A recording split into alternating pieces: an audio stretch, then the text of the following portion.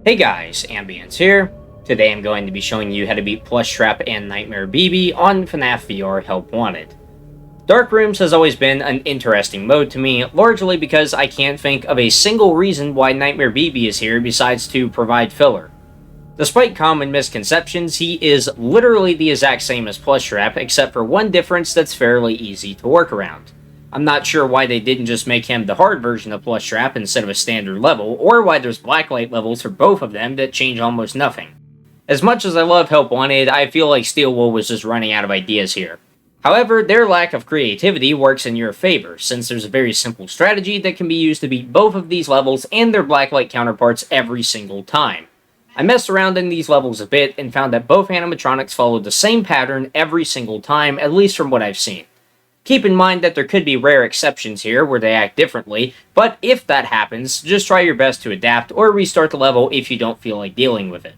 Let's start off with regular Plushtrap, since he's the most basic version of this setup. You'll be in a dark hallway with Plushtrap sitting on a chair at the end of it. Right in front of you is a red X on the floor, and there are 4 rooms connected to the hall for Plushtrap to duck into. If you've ever played FNaF 4, this setup should seem very familiar. While the strategy is slightly different, it mainly consists of listening for audio cues, just like that minigame, so crank up that volume. Just maybe be prepared to turn it down quickly if you mess up, if you value your hearing, that is. You've got a timer of 90 seconds at the top right, which strangely stays the same on the other levels. The timer starts once you flash Plushtrap on the chair, which you can do as soon as the level loads up. Plushtrap only moves when the flashlight is off, so you'll be playing in pure darkness most of the time to make sure he doesn't break pattern. After a quick flash, keep the light off and listen closely. As far as I can tell, Plushtrap makes the same audio cues in the same order every single time, and this is your key to knowing where he is. There are 2 sound cues to listen for. Regular footsteps signal that Plushtrap is moving down the hall toward you. They sound like this. Scurries, or fast continuous footsteps, signal that Plushtrap is running across the hallway to duck into one of the 4 connected rooms. This will be heard moving from left to right, or vice versa. If you turn on your flashlight at this point, you may see him ducking into one of the rooms, and then he won't be visible until he starts moving again. The key here is knowing that Plushtrap has to move twice after a scurry to reappear in the hall. If you flash after just hearing one regular movement, he won't be visible. It takes 2 for him to advance. Because of this, we can pretty easily track where he is without even turning on the light. He starts on the chair, of course, and a few seconds after starting the timer, you should hear a footstep, so he's now in front of the chair. After that, you'll hear a scurry, either to the left or right.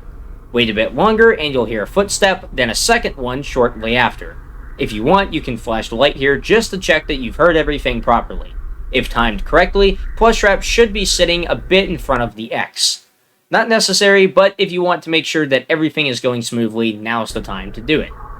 Once the light is back off, wait a few seconds and you should hear another scurry. Keep listening after that and you'll hear a footstep, then another. As soon as you hear that second regular footstep, flash the light as quick as you can and he'll be on the X in front of you. It's as simple as that. Just watch out for a few things that can throw you off, and this should be fully consistent. Near the start of the night, you'll probably hear some background noise that you might mistake for a footstep, but it actually means nothing. Because of this, it might be easier to just listen for the first scurry and go from there. Speaking of scurries, they can sometimes be quieter and slower than usual, but you'll still be able to easily tell them apart from regular footsteps if you're listening. If you accidentally flash the light at any point, just try to do your best to recover or restart if you think it'll be easier. To recap, the pattern goes like this.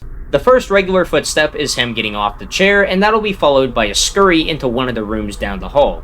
The second and third regular footsteps will come shortly after that, and the third is him moving into the spot in the hall in front of the X. You can flash the light here if you want to check you've done everything right. Then comes the second scurry into one of the closest rooms, then the 4th and 5th regular footsteps. Step, scurry, step, step, scurry, step, final step, flash. May sound tricky to remember, but it'll become second nature pretty quickly. Keep this part of the video up in the background if it helps you out. Nightmare BB follows the exact same pattern, but can be a bit trickier due to 2 changes. He's slightly faster, usually arriving at the X 5 to 10 seconds before Plushtrap on average, assuming you play the same, and he'll frequently talk and laugh. Those sound cues mean nothing, but that's exactly why they're a bit dangerous. If you get unlucky, they could mostly cover up the sounds of footsteps or scurry, therefore throwing off the pattern and making you disoriented. If the second scurry has already happened or was about to happen, you're probably best off flashing just to be safe if you think you heard footsteps. If BB's not there, just flash on the next footstep and see if he's on the X that time. If he's not, then he will be next time. Learn to tune out every sound cue that isn't footsteps or scurrying, and you'll be alright. It's the exact same otherwise. Remember, step, scurry, step, step, scurry, step, final step, flash. After a bit of practice, you'll have it down no problem.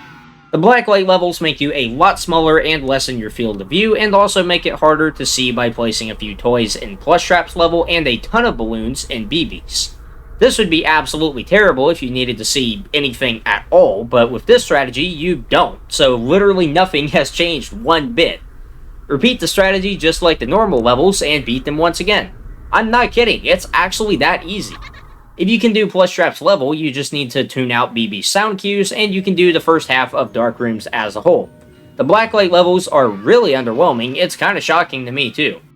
Well, that's all for now. Follow this strategy, and you should be able to complete the first half of Dark Rooms. Since this ended up being fairly repetitive, here's a fun question. If you could replace one of these nearly identical levels with a new one, what would the gameplay be like, and which character would it focus on?